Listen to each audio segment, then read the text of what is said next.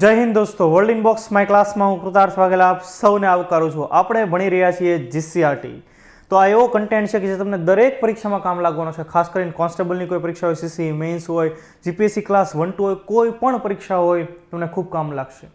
અને બીજું કે આપણે અહીંયા એવી રીતે એક એનિમેશનનો ઉપયોગ ખાસ કર્યો છે, એવા ચિત્રોનો ઉપયોગ કર્યો છે કે તમને અહીંયા જ યાદ રહી જાય, બરાબર. અને આ કન્ટેન્ટ પછી યુટ્યુબમાં કાંઈ મળે નહીં. બહુ બટ ઓબ્વિયસ છે કે જ્યારે તમે અમુક ખર્ચ કરીને ભણી રહ્યા છો તો તમને બેટર મળે, બરાબર.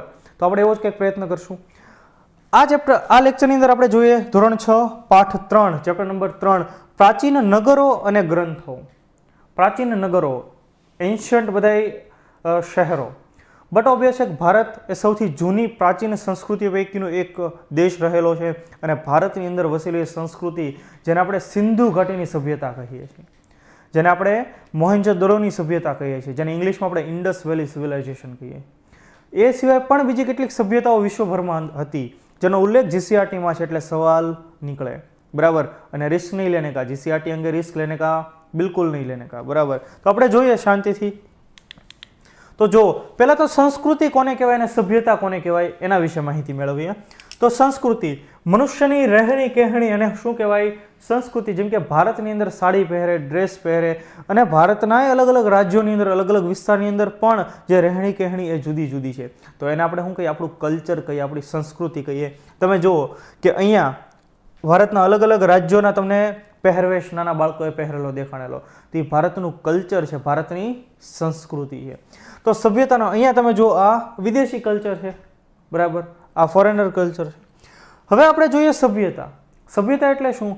કે ભાઈ માનવી પોતાની બુદ્ધિશક્તિ, આવડત, કલા કૌશલ્યથી જીવનની જે વિશિષ્ટ અવસ્થાનું સર્જન કરે એને સભ્યતા કહેવાશે. તો આ વાત થઈ સંસ્કૃતિની અને સભ્યતાની. હવે આપણે જોઈએ બીજી કેટલીક બાબતો કે વિશ્વની અંદર આવી કેટલી અલગ અલગ સભ્યતાઓ જોવા મળતી હતી. અલગ અલગ કઈ સભ્યતાઓ ક્યાં ક્યાં જોવા મળતી હતી.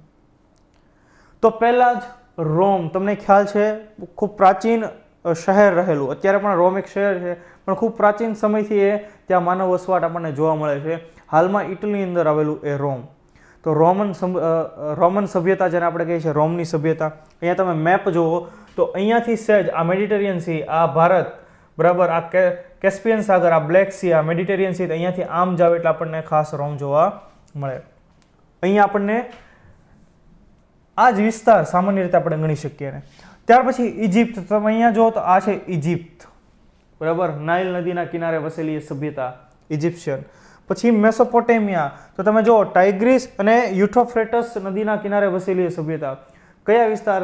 ઈરાક, સિરિયા, તુર્કી, આ બધા વિસ્તારને તમે અહીંયા જુઓ, આ એ વિસ્તારો છે બધા. અને ત્યાંથી છેક અહીંયા સુધી, છેક નીચે સાઉદી સુધી આવતું રહેવાનું, આટલો વિસ્તાર. ખ્યાલ આવી રહ્યો છે? સાઉદી. અહીંયા જો એક વિસ્તારનું પણ નામ છે બેબીલોન, ખાસ એ પણ યાદ રાખજો. આપણે બેબીલોન કયા સંદર્ભમાં ભણતા હોઈએ છીએ? એલેક્ઝાન્ડર ધ ગ્રેટ, બરાબર, એ સંદર્ભે આપણે યાદ રાખતા હોઈએ છીએ બેબીલોન. ત્યાર પછી જોઈએ ભારત. તો બટ ઓબ્વિયસ છે કે ભારતની અંદર વસેલી સભ્યતા કઈ? સિંધુ નદીના કિનારે વસેલી સિંધુ ખીણની સભ્યતા. અહીંયા મોહેન્જો-દડો અને હડપ્પા, અહીંયા ગંગા નદી. અને બીજું ચીન. તો ચીન કે પીળી નદીના કિનારે, યલો રિવર, હવાંગ હો નદીના કિનારે વસેલી સભ્યતા એટલે ચીની સભ્યતા. તો આ સૌથી જૂની સભ્યતાઓ છે અને આપણે બહુ નસીબદાર દેશમાં જન્મેલા છીએ કે ભારતની અંદર પણ એ વસેલી સભ્યતા જેને આપણે સિંધુ ઘાટીની સભ્યતા કહેતા હોઈએ છીએ. દરેકને આ બધા મુદ્દાઓ સમજાઈ રહ્યા છે. તો સ્ટેપ બાય સ્ટેપ આપણે જોઈએ. તો તમે જુઓ અહીંયા આપણને દેખાય છે રોમ, ઇટાલીની અંદર.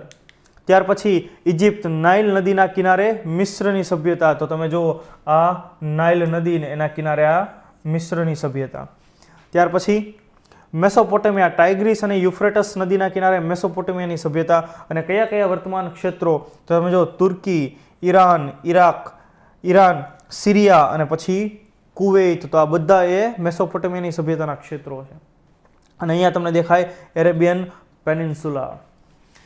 ત્યારબાદ આપણે જોઈએ વિશ્વમાં જોવા મળતી અન્ય સભ્યતામાં ભારતની સભ્યતા, સિંધુ ખીણની સભ્યતા. તમને જો અહીંયા દેખાય છે આપણું ગુજરાત, અને અહીંયા આ ભારતના અલગ અલગ બધા ક્ષેત્રો. અહીંયા તમને આ લોથલ દેખાય છે, ગોદીવાડો. ખ્યાલ આવે છે? આવા ચિત્રો જુઓ તો મને કહો, ક્યારેય ભૂલાય તમને? ક્યારેય ભૂલાશે નહીં. આ પછી તમને યુટ્યુબમાં પણ મળે નહીં. ત્યારબાદ આપણે જોઈએ સિંધુ ખીણની સભ્યતાના કેટલાક સ્થળો વિશે કે કઈ રીતે આ સભ્યતાની શોધ સંશોધન થયું, કઈ રીતે એના વિશે આપણને ખ્યાલ પડ્યો. તો એ પૈકીનું સૌથી પહેલું નગર જેને આપણે કહીએ છીએ હડપ્પા, વર્ષ 1921ની અંદર રાવી નદીના કિનારેથી એક સ્થળ મળ્યું. પણ રાવી નદીના કયા કિનારેથી? તો કે જમણા કિનારેથી. તો તમે સમજો કે ભાઈ રાવી નદી આમ આવી રહી હોય તો અહીંયાથી આમ હોય, આવી રીતે આવતી હોય તો આ એનો જમણો કિનારો કહેવાય, આ એનો ડાબો કિનારો કહેવાય. આપણે જે રીતે જાતા હોય તો આપણો ડાબો હાથ થયો, આ જમણો હાથ થયો. તો રાવી નદીના જમણા કિનારેથી હડપ્પા નામના સ્થળેથી પ્રથમવાર આ નગર પ્રાપ્ત થયું, અવશેષો પ્રાપ્ત થયા, અને એટલે આપણે આ સભ્યતાને હડપ્પન સભ્યતા તરીકે પણ ઓળખીએ છીએ. અને આખી સભ્યતા કઈ નદીના કિનારે પાંગરી?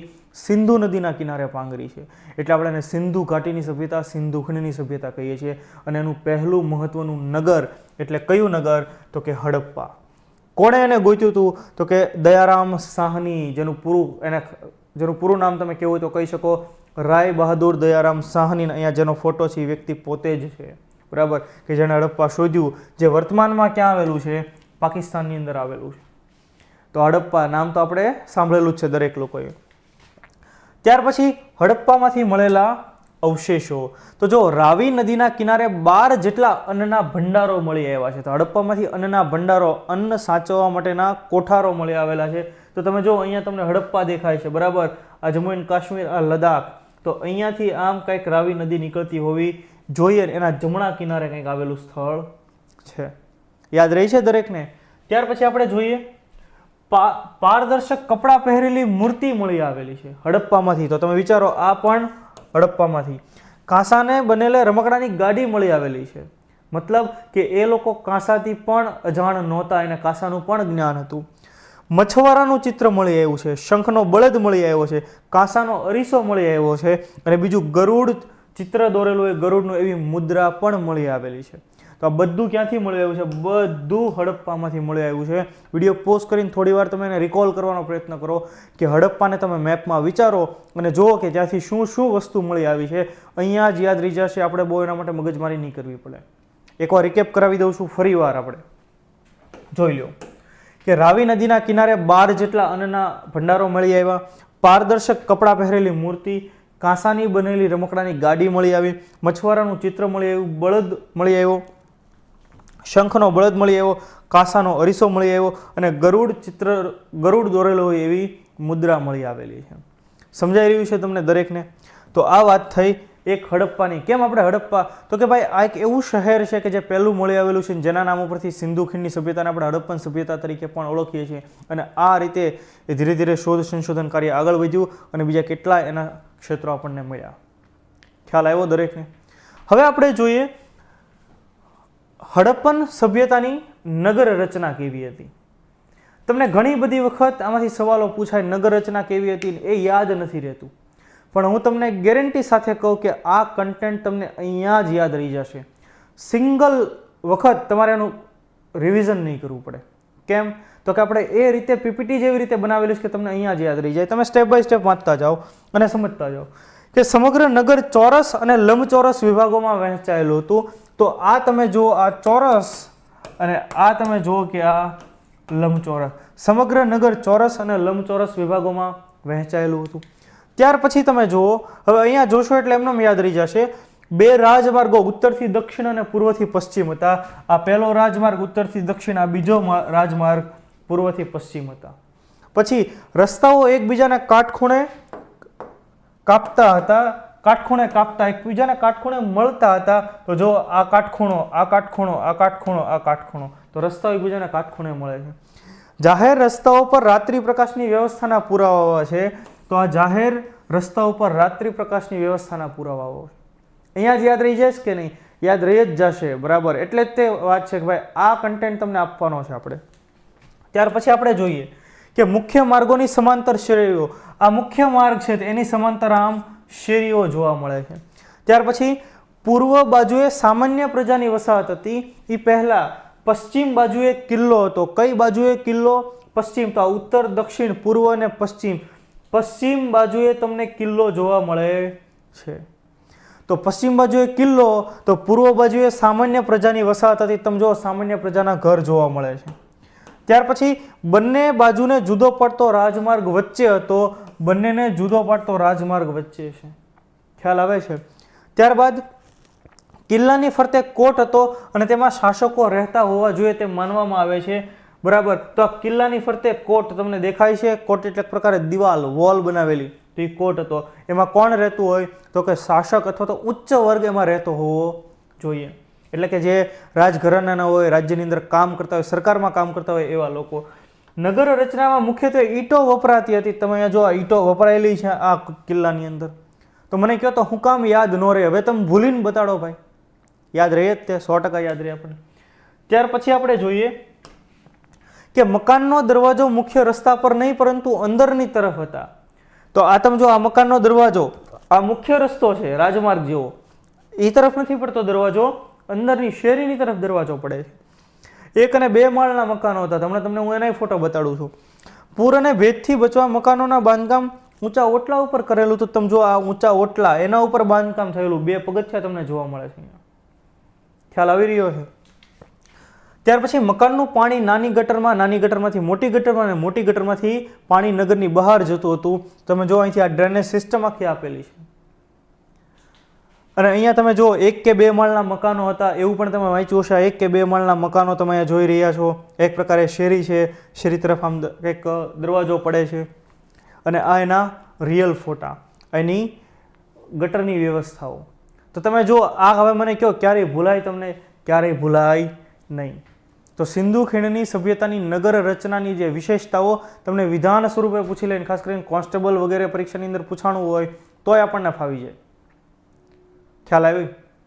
હવે આપણે જોઈએ સિંધુ ખીણની સભ્યતાના એની સીમાઓ, કે ભાઈ ઉત્તરમાં સૌથી કયું ક્ષેત્ર કે જ્યાંથી સિંધુ ખીણની સભ્યતાના અવશેષો મળ્યા છે, દક્ષિણમાં, પૂર્વમાં, પશ્ચિમમાં કયા ક્ષેત્રો છે, સૌથી છેવાડાના ક્ષેત્રો કે જેની અંદર જ આ સિંધુ ખીણની સભ્યતા વસેલી છે. તો તમે જુઓ ઉત્તર દિશાની અંદર આવેલું સ્થળ જેનું નામ છે માંડા, બરાબર, એ ક્યાં આવેલું છે? જમ્મુ એન્ડ કાશ્મીરમાં. તો જો જમ્મુ કાશ્મીરમાં આવેલું માંડા, તો દક્ષિણની અંદર કયું સ્થળ આવેલું? તો કે દાયમાબાદ, મહારાષ્ટ્રની અંદર. તો તમે જુઓ અહીંયા દાયમાબાદ, મહારાષ્ટ્ર. ખ્યાલ આવે છે દરેકને? ત્યાર પછી પૂર્વ દિશામાં આલમગીરપુર, મેરઠ, ઉત્તર પ્રદેશ. તો આ પૂર્વ દિશામાં આલમગીરપુર, મેરઠ, ઉત્તર પ્રદેશ. અને ત્યાર પછી પશ્ચિમની અંદર પાકિસ્તાનમાં આવેલું સુતકાંગડોર. તો અહીંયા તમે જો આ સુતકાંગડોર, તો આટલા ક્ષેત્રોની અંદર આ સિંધુ ખીણની સભ્યતા વસેલી હતી. આ એની સીમાઓ થઈ, એના છેવાડાના ક્ષેત્રો થયા. અને આ સવાલ પરીક્ષામાં પૂછાયેલા છે પણ ખરા. હવે ભૂલાય ક્યારેય ભૂલાય નહીં. પશ્ચિમ દિશામાં ભારત, બીજું પશ્ચિમ દિશામાં ભારતમાં આવેલું સ્થળ કયું છે? તો કે કચ્છમાં આવેલું દેશલપર. આ સુતકાંગડોર પશ્ચિમ દિશાનું સૌથી છેવાડાનું સ્થળ, પણ એ પાકિસ્તાનમાં છે. ભારતમાં એવું સ્થળ કયું?